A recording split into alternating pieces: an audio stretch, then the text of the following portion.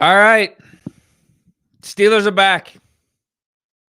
Or at least we could be back if we play this free agency period right. And we're going to have some opportunity, man. We really are. If you guys didn't know, the salary cap is going to be going up even more and by a significant amount. And the Steelers already were in the top 8 in cap space. So this was a tweet sent out by Dan Graziano yesterday. The NFL informed teams that the 2025 per team salary cap will fall in the range of $277.5 million to $281.5 million, way up from last year's $255.4 million. So that's like, what is that? Around a $25 million cap increase right there. It says cap will increase by more than $53 million over the last 2 years. And as I mentioned, before this whole cap increase, the Steelers already had $53.2 million to work with. Again, top 8 in the league. The only weird thing is, to me, I don't know how this math works. I'm just an idiot. I'm just going off of what people are telling me here, what the experts are saying about the cap space and how these numbers are all working. But like, wouldn't you think that if the Steelers were at $53.2 million before this cap jump of projected like 25 million, 20 to 25 million, wouldn't we have, by doing nothing, wouldn't we then have like over 70 million? Wouldn't it be like almost 80 million? It'd be like between 75, 78 million with the new cap jump. We go from 53 to 75, 78. But from everything I'm reading, everything I'm seeing, the Steelers' actual cap space with this new jump is going to be like 60 million, as you can see in this chart. It's a little bit over 60 million. I don't know how that makes sense. The cap's jumping between 20 and 25 million, but the Steelers' cap space is only going to be going up like 8 million, less than 8 million, like a little over 7 million. I don't know. Again, I'm just an idiot. I mean, I'll listen to what the experts are saying. I'll listen to what overthecap.com is saying or Spot Rack saying. I'll take their word for it here. But 60 million, you can still do some damage. And if you look at this chart, the thing I'm most impressed by, shout out to Omar Khan for this. Look at our dead money. 45,000 in dead money. That's it. We don't have any wasted contracts out here. We're not paying players to not be on the team at an exorbitant amount like a bunch of these other teams are. Like, look at the Niners, dead money. They're a good franchise. 34.9 million. 45,000. No one's even close. I mean, the Bengals 357,000 in dead money. I guess that would be the closest thing. Colts at 816,000. Still, man, yeah. Shout out to Omar for that. Now, we may have more dead money depending on some of these cuts, these future cuts that we make this offseason, but still kind of impressive, low key. No wasted money here. But anyway, with this whole cap jump, with this whole, cap situation and free agency closing in upon us, I thought to myself, like, what could the Steelers do with this money? What really could we do? What could this roster look like, not only after free agency is done, but also the draft? Whenever we're sitting in May, OTAs, we're at training camp, how good could this roster really be? Could the Steelers be back?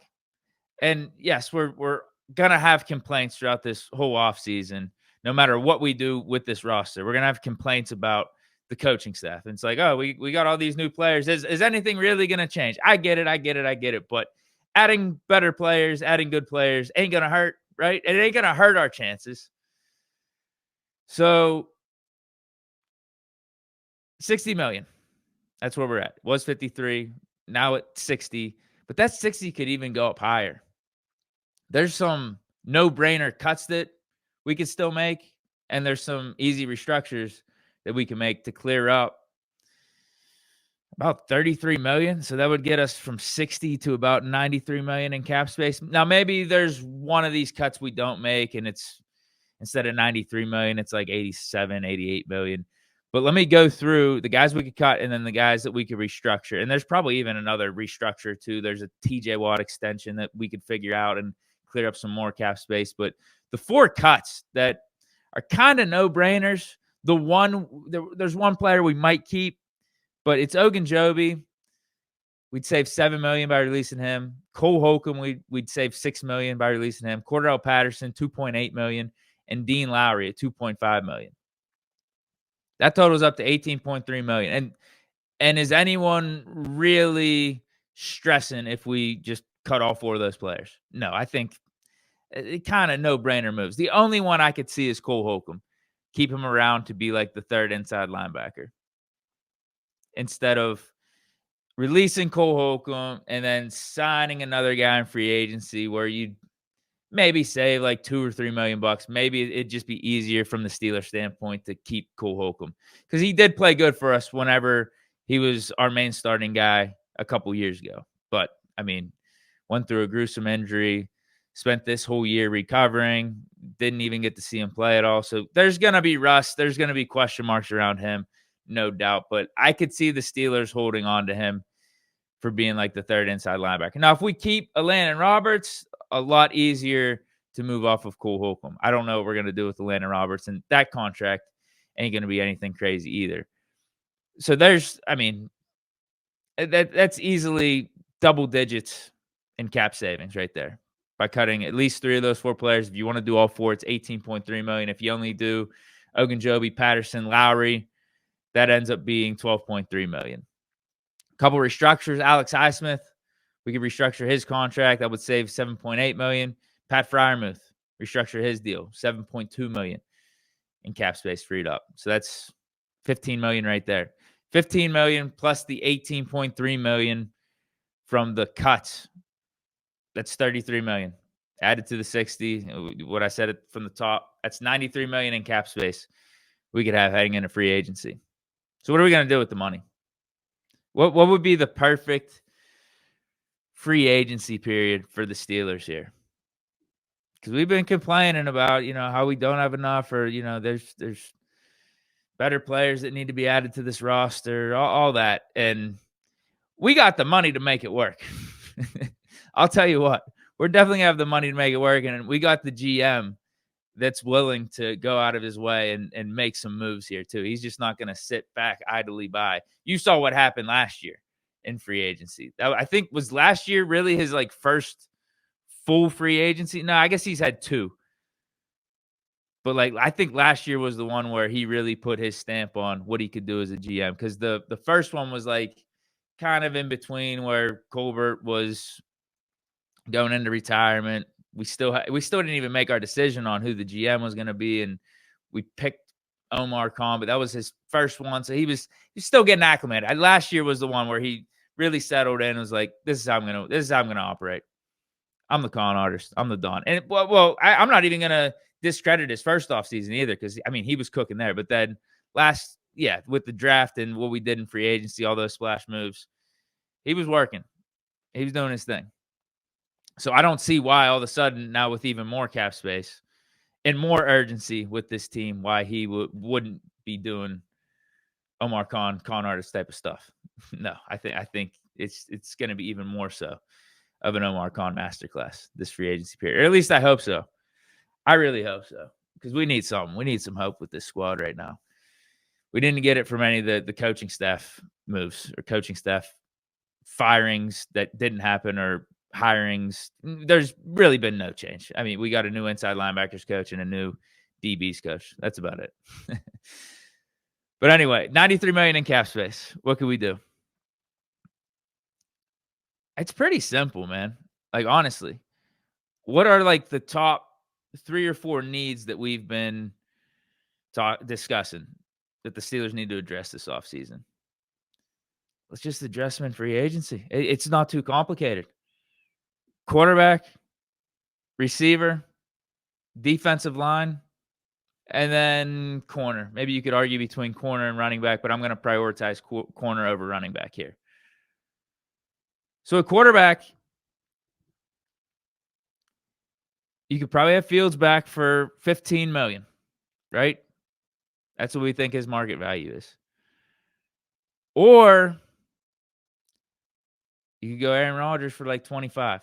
And whether you want to go Fields, whether you want to go Rodgers, you can make the other pieces work. You can make the rest of the roster work. A $10 million difference ain't that much. But you know what? Let me go back to the quarterback. I'm going to go back to the quarterback after I lay out the rest of this free agency plan and how the roster could look when it's all said and done. And then we're going to talk about who the quarterback should be leading the way with the finalized team in place.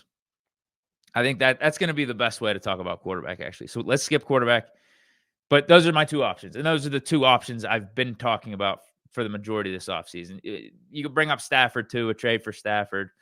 That's fine. I'd be cool with that. But the most simplest, easy, best approaches to the quarterback position is either re-signing Fields or bringing in Aaron Rodgers. Defensive line. Recent Super Bowl champion, Milton Williams, is going to be out there in free agency.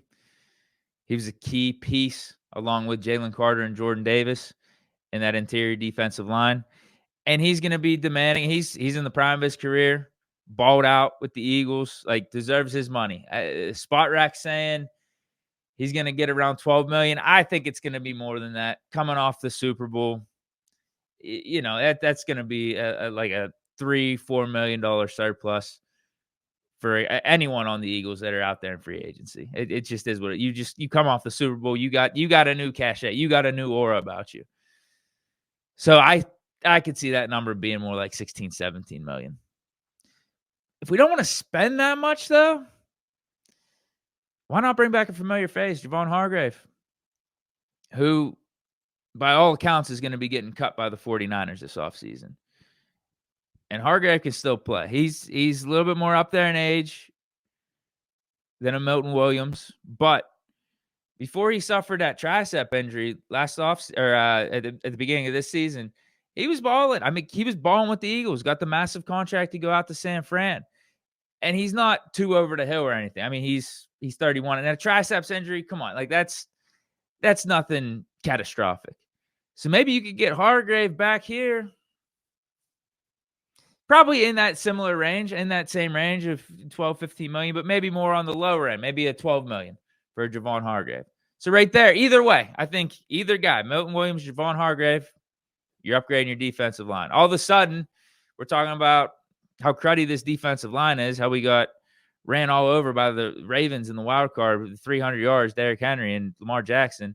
All of a sudden, you know, you got a Cam Hayward, you got a Javon Hargrave, you got a Keanu Benton, DeMarvin Leal, and you still got a draft ahead of you too. Not looking too shabby. Not looking too shabby at all. Next receiver. I was really looking through this wide receiver free agent class, and I couldn't find someone that I'd be really excited about. Diggs, maybe, but he's coming off that ACL. He's getting a little bit older. He'll be 31, 32. We know he had those problems in Buffalo, the drama, wanting the ball a lot. And, you know, depending on what we do at quarterback, again, this is why we got to go back to this quarterback conversation at the end of all this. Depending on what we do with quarterback, and you know just how the Steelers operate, we like to run the ball, so might not be a lot of work there for whatever new receiver we bring in. Hopefully, though, we expand the offense. We air it out a little bit more. But how does Diggs respond to that, right? There's Amari Cooper. He's getting up there. Keenan Allen. Not much else. Marquise Brown. There's an Elijah Moore out there. Chris Godwin. Like Chris Godwin a lot. He was balling with the Bucs. He's been balling with the Bucs. Only 28, but his injuries are adding up, and this last one was pretty brutal. So you don't know how he's going to return from that. Like, even with Diggs too, going back to Diggs, he was balling with the Texans. That's why I'm looking at a Diggs. I'm looking at a Godwin. I'm like, yeah, when you guys are out on the field, even though you're getting up there in age a little bit, at least Diggs is. Godwin's still in his late 20s. You guys can still ball, but the injuries and some of this other stuff makes me pause. I'm really thinking Devontae Adams is the only one that's worth going out of your way to sign to a big money contract here when you're talking about receiver. And he's not technically available yet, but we know the Jets are moving off of Aaron Rodgers. The Jets will also be moving off of Devontae Adams here.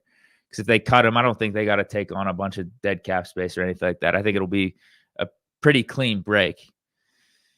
He'll presumably be available. I think he's the one, man. If you're talking about pairing a guy with Pickens and trying to scare defenses, it's Devontae Adams.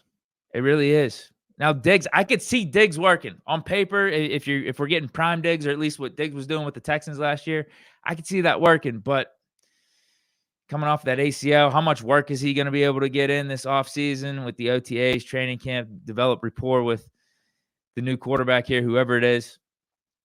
So that's what makes that tough. I just think it's Devontae Adams, bro. Like, he's still a top 10 receiver. Pair him with Pickens.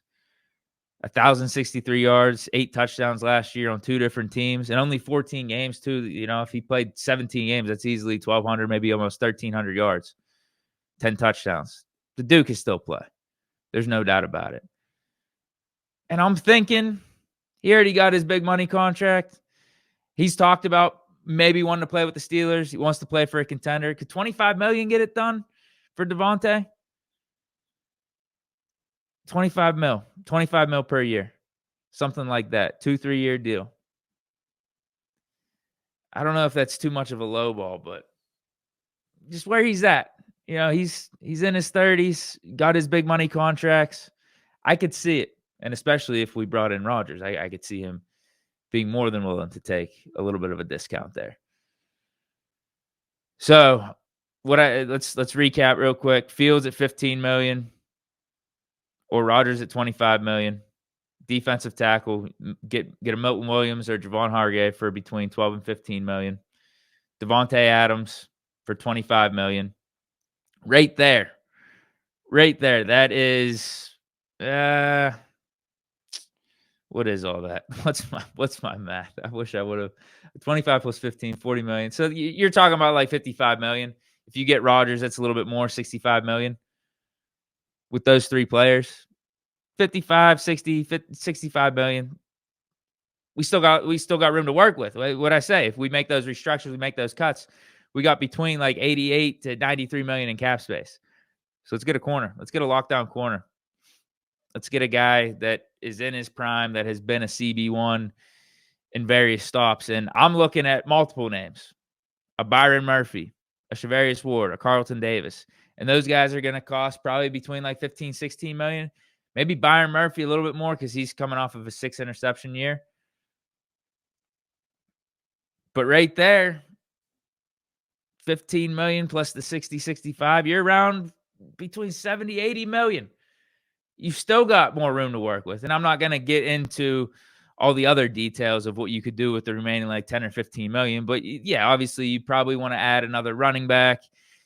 Depending on what you do with Cole Holcomb, that third inside linebacker. Do we bring back like a Spillane? Jerome Baker's out there. Landon Roberts on the cheap. Isaiah Simmons. Willie Gay from the Saints. Like there's options there for your third inside linebacker where you could give him a year or 2 deal for like 2 or 3 million per year. A third safety we probably got to look into. Bring Edmonds back on a vet minimum contract. You could also be checking in on what's going on with Ryan Watts. Slot corner. Are we good with rolling with Beanie Bishop, or do we got to address that? Asante Samuel's out there. Now, that might be a little bit of a steep price to bring him in here, along with all the other things that I'm talking about. That might not work, but man, you could. There's a lot of slot corners out there that you could get for 3, 4, 5 million probably. If not, you could draft a dude, have him compete with a Beanie Bishop. But by bringing in a Byron Murphy, a Shavarius Ward, a Carlton Davis, one of these big outside cornerbacks, like you got your outside taken care of. And you maybe even entertain bringing in back a Dante Jackson. I wouldn't be opposed to that. 7-8 million bucks. That's with or without a Byron Murphy, a Ward, or Davis on the squad. If we bring back Dante and he's our CB2, fine. But why not load up? We got the money to do so. Now let's go back to quarterback then. So if we address all these needs, we make these moves in free agency. Think about what our roster is, man. And wait, I forgot to even mention, we still have a draft ahead of us too. We still have a draft. Like, we make these moves, we're talking about doubling up on receiver. We could still draft another receiver. We could draft another corner, draft another defensive lineman in the draft. 'Cause we don't need anything else, really. Running back. Yeah, we're talking running back. I mean, but you could easily take a solid one in the second or third round. Think of this roster. And again, this is before the draft. You got Pickens, you got Devontae Adams, Roman Wilson, Calvin Austin at receiver. Maybe you try to bring back Skoranek as your fifth guy. He's special team or whatever. And then you draft another dude. Presumably in the first or second round. Receiving core will be absolutely loaded. Not only for the now, but for the future. At offensive line, I think we just got to deal with what we got. And I'm feeling okay about it. I'm feeling good about it. With Fautanu at right tackle, Mason McCormick, right guard, center, Zach Frazier, Isaac Seumalo, left guard. All of it hinges on Broderick Jones, really. Could he be the guy at left tackle? And then running back, we got Jaylen Warren back. Maybe you pick up a running back in free agency on the cheap, but if not, you draft a couple guys. You draft a dude in the second or third round, draft another guy in the sixth or seventh round. I think we could work with that. Quarterback, again, Fields or Rodgers. On defense, defensive line is taken care of. As I mentioned, say it's Javon Hargrave, Cam Hayward, Keanu Benton, DeMarvin Leal. You could sign another D lineman or two on the cheap for depth. Montravius Adams, whatever. And then cornerback, Joey Porter Jr., let's say Byron Murphy on the outside, on the other outside there. Minka Fitzpatrick safety, Deshaun Elliott safety. Inside linebacker, Peyton Wilson, Patrick Queen, edge rushers, TJ Watt, Alex Highsmith, Herbig. Team's it's kind of stacked on paper. It's very stacked on paper, actually. So, if you're talking about that roster, and again, still maybe adding more in the draft, adding a top running back in the first 3 rounds, adding a receiver, adding an extra defensive lineman on top of it, an extra corner, probably corner. Actually, corner probably turns into, if that's what we're doing, we're probably talking about drafting another corner. At least the guy that could play the slot in the first 3 rounds. Or at least compete with Beanie Bishop. Beanie Bishop did some stuff last year. He was all right. Anyway, talking about that roster. Bro, it feels like it's kind of win now. No, it's kind of, we could do some damage here. If the quarterback position is right. If we know we're getting some elite quarterback play. And again, I ask you, if you had to bet money on Rodgers returning to elite form next year, or Justin Fields developing into an elite franchise quarterback next year, what's your money on? My money's on Aaron Rodgers. It would be, especially if you bring in a Devontae Adams with him. That sort of package deal. Dude, that team with Aaron Rodgers, that team that I just went over, with Aaron Rodgers at quarterback, I'm willing to take that risk, man. I really am. Like, the more I'm thinking about it with this cap space available, the money available, the more I think Aaron Rodgers should be potentially option 1. I'll go back and forth. There's the case for Fields. I get it with Fields. He could be more of the future. He could be the long-term answer. He's got the legs.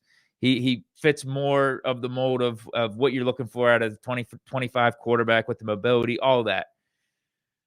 But we are 4 years in with Fields, and like there are still these question marks. Whereas Rodgers on a down year, 28 touchdowns.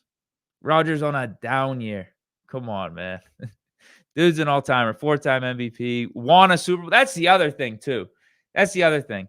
Like, what does a Justin Fields not only we need to see him over the course of 17 games lead a team, be a franchise quarterback. Do we still need to see that.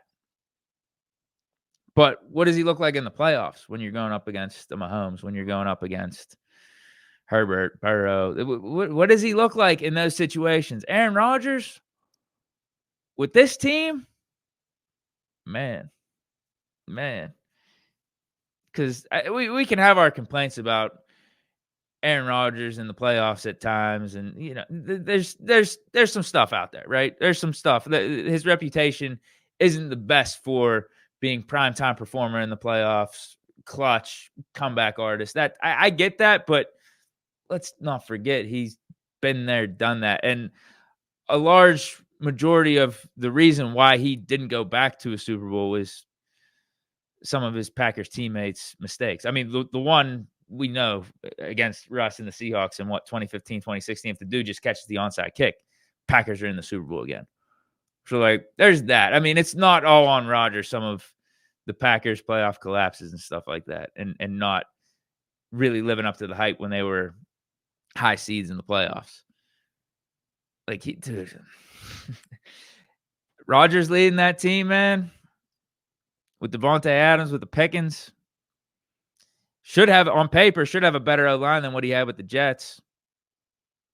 That defense. Now, again, can we question the coaching and all that? Is it really going to matter with all these new players as long as Tomlin's here and the coaching staff and our conservative approach? Yeah, sure. But we can only do so much with that now. We know we're not changing the coaching staff. So what's our best way to make it work with the coaching staff that we have? And this might be it, man.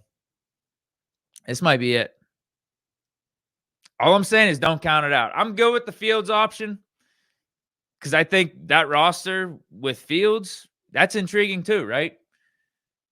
A second year under Arthur Smith, him and Artie Smith somehow make it work. They could tap into Fields' development. They could tap into his ceiling, make an offense tailored toward Justin Fields, and you try to make it look like the Eagles with Jalen Hurts. Like, that's the prototype. Like, yeah. If we can do that, then we're in a very good boat. We're in a very good spot. But let's just be honest with Fields. There is that question of developing, right? There is that question if he gets there. I get Rodgers is the short-term approach, but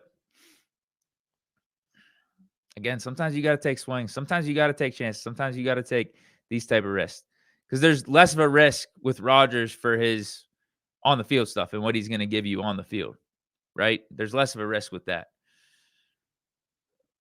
The risk is, I would say the risk is just, I don't know, man. I don't know what the risk is. Like, what, look at where we're at right now. What risk are we really taking? Yeah, Rodgers has some drama. He goes on the McAfee show. Like, come on. He's noisy. Come on, bro. Like, I'm sure we could figure something out with Rodgers before he signs a contract to get this noise quieted down, to have him come in more humbled than what he has been in the past. I'm sure naturally he's going to be that way because the Jets moved off of him. Like, this is his last stop for his NFL career. Whatever team he goes to, this is his last stop. This is his last chance. So I'm sure he's going to be a little bit more open to whatever team he goes to, their approach, how they want to do things, how they want to operate in terms of like, I guess just like a philosophical or like a camaraderie standpoint. You know what I mean? But yeah, that's where we're at, man. I mean, we could do damage in free agency. We could do some serious damage. I just brought it up. We got a ton of cap space to work with. We could field a really, really good team on paper come week 1 for 2025. Sports Watcher 1 just says, go Steelers. Marcella Leach says, sign Fields, Slayton or Cup, sign Milton from the Eagles, and sign Murphy. All right, we're kind of on the same page there. Kind of. I went a little further with receiver by bringing in Devontae Adams. And then Fields. I'm open to Aaron Rodgers though. You didn't bring that up in your comment, but yeah, I'm good with Fields. Definitely good with Fields. I just brought him up a couple days ago as being option 1 for the Steelers, right? The top ranked quarterback option. But the more I think of it, whenever I see this cap space, whenever you really lay out how this team could be looking next year, might be the right choice to have Rodgers at QB1.